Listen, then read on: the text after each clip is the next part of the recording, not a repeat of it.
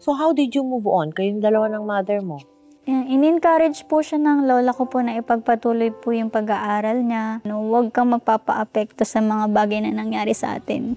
Sa mga oras ng kalungkutan ng ina, naroon si Lara sa kanyang tabi. Magkasama nilang ginamot ang sugat na iniwan ng pangalawang lalaki sa buhay nilang mag-ina.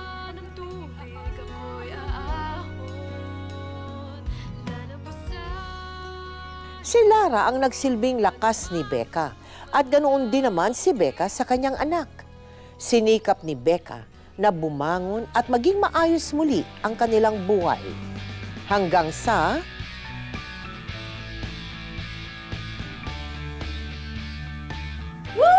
Ma! Si Papa!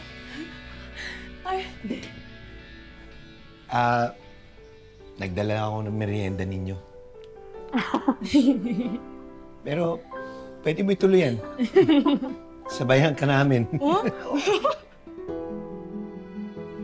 Alam mo, bagay na bagay. Itong meriendang dala mo. Ay, nako. Bagay sa kape. Ay. Sana may dala ka ng pizza. Hindi, pero bagay na yung sa kape merienda eh, di ba? Joke lang.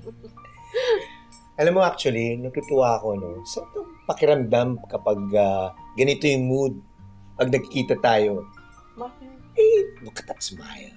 Di ba? Tsaka, parang may iba sa'yo eh. Yung kinang ng mata mo. Nakamove on ka na ba kay Romy? Ay, walang banggitan ng ex. Huwag ganun. Huwag ganun. Bakit ganyan yung mga mata mo? Sa'yo palang umay na ako eh. Ay, grabe naman. Coffee time! Grabe naman yun. Pag kay Romy, kumikislap yung mata, tapos yung sa akin, Kumikislap yung mata. Ano ka? Hello? iba yung itsura mo kanina. Sige na, kumain ka na nga. Sige po. Ma, si Papa Romy po. Mm. Nangangamusta? Seryoso? Opo. Pinag-usapan lang natin. Kausapin mo na. Mangangamusta lang naman eh. Akala ko peace na po kayo.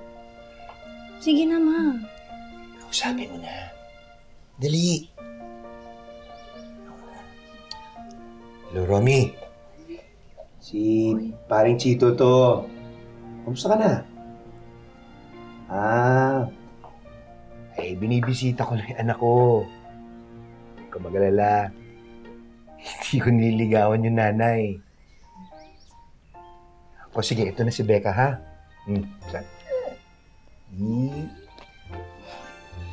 Hello?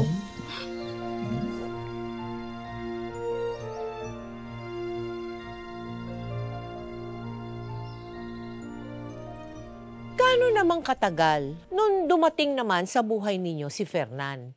Ito naman yung pangatlo. 4 years din po. Matagal din. Opo. Okay. Maluwag mo bang tinanggap din si Fernan?